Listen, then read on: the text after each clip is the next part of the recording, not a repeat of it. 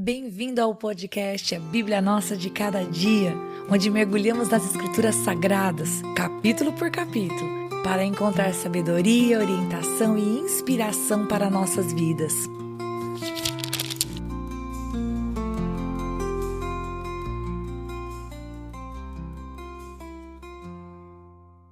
Que alegria ter você aqui para nós meditarmos em Josué capítulo 22. Eu estou definindo ainda o título desse episódio porque esse episódio fala a respeito de má interpretação. Quando foi a última vez que você fez alguma coisa que foi mal interpretada? Você fez algo com a melhor das intenções, mas as pessoas ao seu redor viram aquilo de uma outra maneira. A sensação é estranha, não é verdade? Quando a gente tenta fazer uma coisa e a gente precisa justificar a nossa ação porque aquilo que a gente fez despertou nos outros uma outra ideia ou deu a entender uma coisa completamente diferente daquilo que a gente teve como intenção. Bom, o capítulo de hoje é sobre isso. Falta de comunicação e ações que passam uma mensagem diferente daquilo que tinham sido planejadas a princípio. Vamos falar dessa maneira. Bom, então vamos lá, vamos ver essa situação que aconteceu com o povo de Deus e como ela foi resolvida. Eu acho que esse é o grande exemplo. Como nós sabemos, 2,5 tribos, a tribo de Ruben, de Gade e metade da tribo de Manassés, tinham escolhido ficar na terra antes do local que Deus a princípio havia designado, ou seja, antes do Rio Jordão. Se você tem acompanhado esse podcast comigo desde o princípio, você sabe como é que essa história funcionou. Quando estavam para cruzar o Jordão e entrar na terra, 2,5 tribos pediram para Moisés, que era o líder até aquele momento, não era Josué, e pediram para ele: olha, a gente queria ficar aqui, nós temos bastante gado, deixa-nos ocupar essa terra. E naquela ocasião, Moisés disse a eles: ok, vocês podem ficar, mas não é justo vocês fixarem residência aqui e deixarem as outras 9,5 tribos passarem o Jordão para conquistar a terra. Vocês têm que ir junto com seus irmãos, ajudem nas batalhas, e quando então eles tiverem uma terra para eles, vocês podem voltar para as suas. Pode ser assim? Pode ser assim, combinado. Então Moisés e os dirigentes dessas tribos entraram num acordo. Agora chegava o momento em que eles haviam possuído a terra. Agora era o momento deles voltarem para casa, já estava tudo conquistado.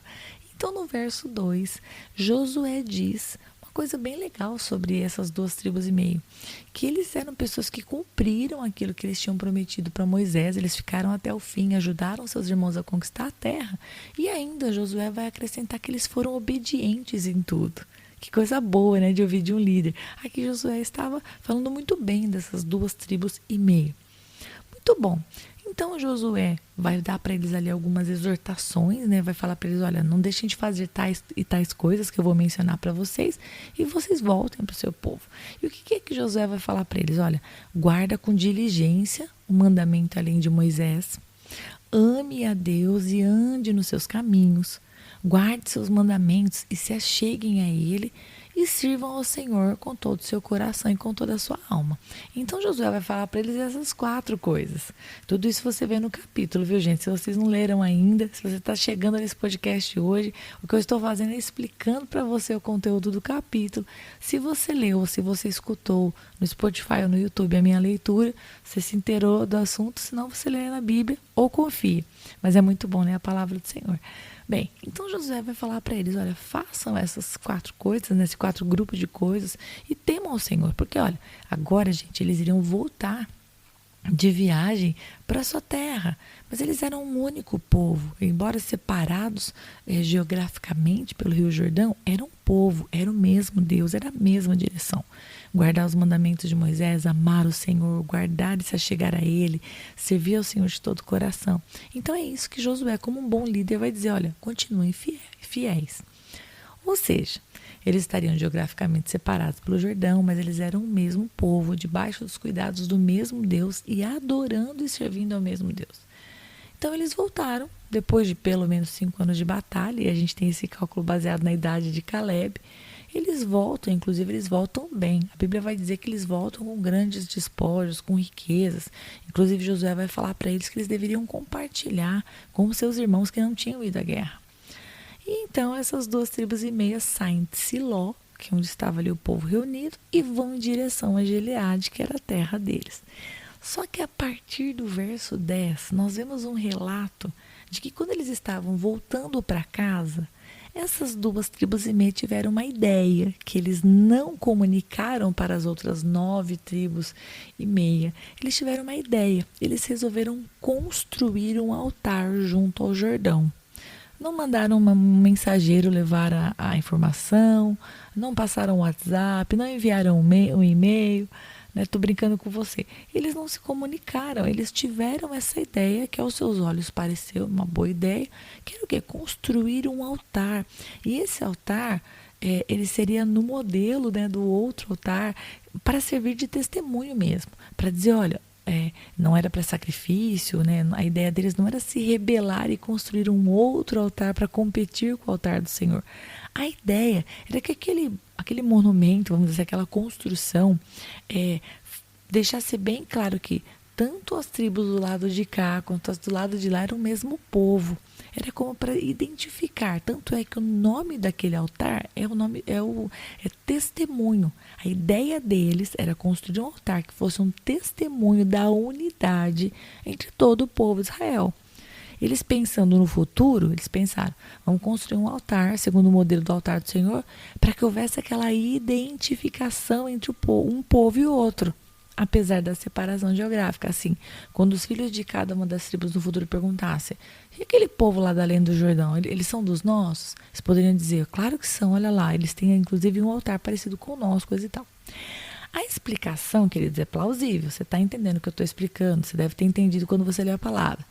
Mas, como eles tomaram essa decisão sem avisar o restante das tribos, a mensagem ou a imagem transmitida pela atitude deles não foi uma mensagem de zelo, de cuidado, de unidade. Ao contrário, parecia que eles estavam se rebelando e querendo construir um outro altar em que eles sacrificariam, fariam seus rituais e então iriam se separar dos seus irmãos. Quando essa informação, quando esse rumor chegou até as 9,5 tribos, no coração deles, eles se prepararam para lutar contra seus irmãos, porque eles pensaram, se rebelaram, né? Há exemplo de outras situações, né? De Peor, de Acã, que é mencionado aqui na história, situações em que o povo sofreu por causa da rebeldia. Eles sabiam que era muito possível que se uma parte das tribos se rebelasse, o Senhor trouxesse juízo sobre todo o povo. E aí eles tomam uma decisão, eles enviam uma comitiva com Finéias, que era o representante da tribo de Levi, filho do sacerdote Eleazar, e 10 príncipes juntamente com ele. E eles vão até essas 2,5 tribos para conversar, entender, olha, o que está acontecendo aí?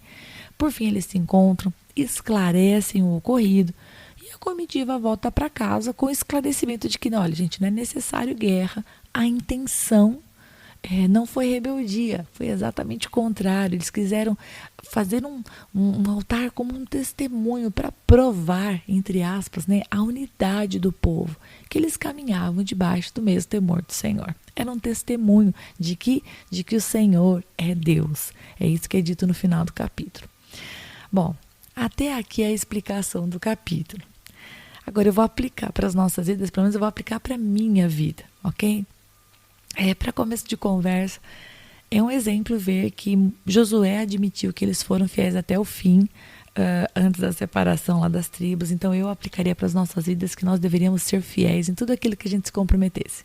Assim como as 2,5 tribos se comprometeram a ir lá, conquistarem a terra, ajudarem seus irmãos a alcançar a posse, e então eles voltariam para sua possessão, e eles foram fiéis, eu acho que isso é um exemplo para nós.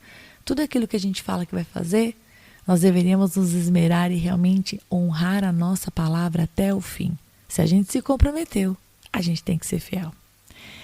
A segunda coisa que eu gostaria de falar para vocês é a respeito da paz que nós temos quando somos fiéis. No caso deles, eles não apenas tiveram paz, mas eles saíram ainda com riquezas, com gado, com ouro, com os despojos de guerra. Eles voltaram para casa muito mais prósperos, vamos falar dessa maneira, ou mais ricos mesmo é a palavra. Mais ricos porque eles foram fiéis até o fim. Muitas vezes a nossa fidelidade não nos vai trazer bênçãos materiais, mas a paz de espírito que a gente tem quando a gente cumpre aquilo que prometeu é é inexplicável. Você concorda comigo? Eu fico muito em paz quando eu consigo levar a cabo aquilo que eu prometi, aquilo que eu empenhei a minha palavra por. Bom, outra coisa que eu aplico esse texto em minha vida, é um princípio, não está escrito exatamente assim, é que se a gente faz parte de um todo, e a gente faz, gente, todas as nossas atitudes impactam a vida de outra pessoa. Então é muito importante se comunicar antes de tomar atitude. Isso vai evitar problemas, e inclusive perda de tempo, desgastes, tristezas.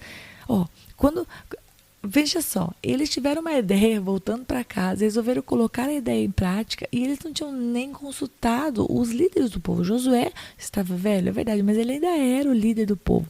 Como assim que eles constroem um altar e não se comunicam antes?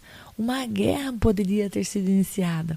Claro que a gente observa no capítulo que provavelmente não desagradou a Deus a atitude deles, porque pelo menos o autor de Josué não nos fala que o Senhor se irou com a atitude deles. Mas aquilo trouxe um desgaste entre o povo. Então, comunicação é a chave de tudo.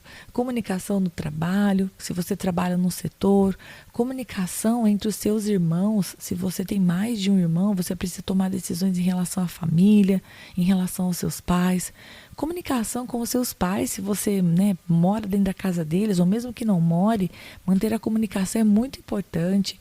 Se comunicar com seu esposo, com a sua esposa, com os seus filhos. Quando a gente se comunica, a gente permite, a gente ao menos dá a chance de não ter problemas, desgastes, tristezas, ter uma atitude que de repente impacta os outros, marcar compromisso sem avisar os filhos, o cônjuge, a mãe, entende? É muito importante. Ah, mãe, eu vou em tal lugar. Poxa, você nem avisou antes, nem perguntou se sua família tinha planos. Andar em comunidade faz com que a gente precise prestar atenção nas coisas que estamos decidindo sem falar com as pessoas que estão ao nosso redor. Por quê? Porque isso traz desgaste. Agora, por outro lado, vamos olhar essa situação por outro ângulo, aplicando de uma outra maneira.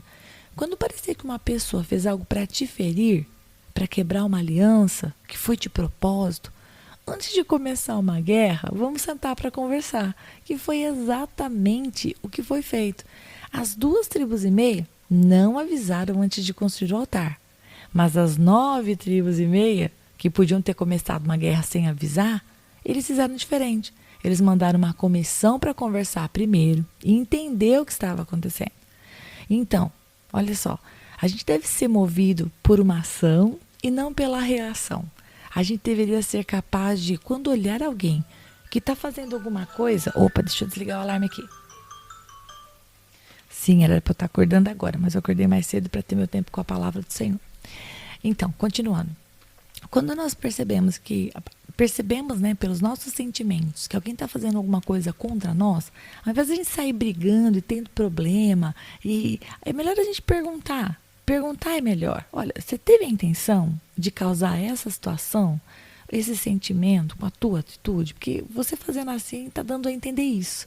Então, é exatamente isso. A gente poupa a tristeza ao invés de ficar ouvindo os nossos pensamentos. Porque às vezes quando alguém faz uma coisa que a gente não gosta, a gente fica ouvindo o nosso pensamento. Não, a pessoa fez de propósito, a pessoa fez porque quis, nossa, a pessoa não se importou comigo, olha o que essa pessoa está fazendo. A gente fica alimentando um pensamento que às vezes nem é verdade. Olha, eles iam sair em peleja, eles iam lutar contra os próprios irmãos por causa de uma situação que na verdade não era real. Das 2,5 tribos não fizeram um altar para se rebelar contra o Senhor. O problema deles é que eles não se comunicaram antes. Então eu fico pensando que a comunicação é a chave aqui desse capítulo, para mostrar pra gente que, poxa, tem que se comunicar, mas quando o outro não se comunicar, a gente vai e se comunica, gente. A gente, antes de reagir e tomar aquilo como pessoal, a gente vai lá e pergunta: foi tua intenção? É isso que você está querendo realmente promover com essa sua atitude? Se não é, tá, ok, beleza, mas, por favor, a próxima vez avisa e vamos evitar a perda de tempo e todo o desgaste emocional e físico, que é gerado quando há uma situação de confusão. Bom, eu paro por aqui. É assim que eu aplico esse capítulo para minha vida. Faz sentido para você? Se faz sentido, tudo bem. Se você pensa de uma maneira diferente, compartilha comigo aqui algo que você queira acrescentar. Escreva nos comentários, vai ser um prazer ler aquilo que você tem para compartilhar. Um grande beijo, Deus te abençoe e até o próximo episódio. E se você ficou até agora, não vai embora não. Agora é hora de você curtir, comentar, compartilhar esta palavra, porque se ela abençoou você, ela pode abençoar outra pessoa também. E lógico, se inscreva no canal, ative o sininho, assim você não perde os próximos episódios. Deus te abençoe e até lá!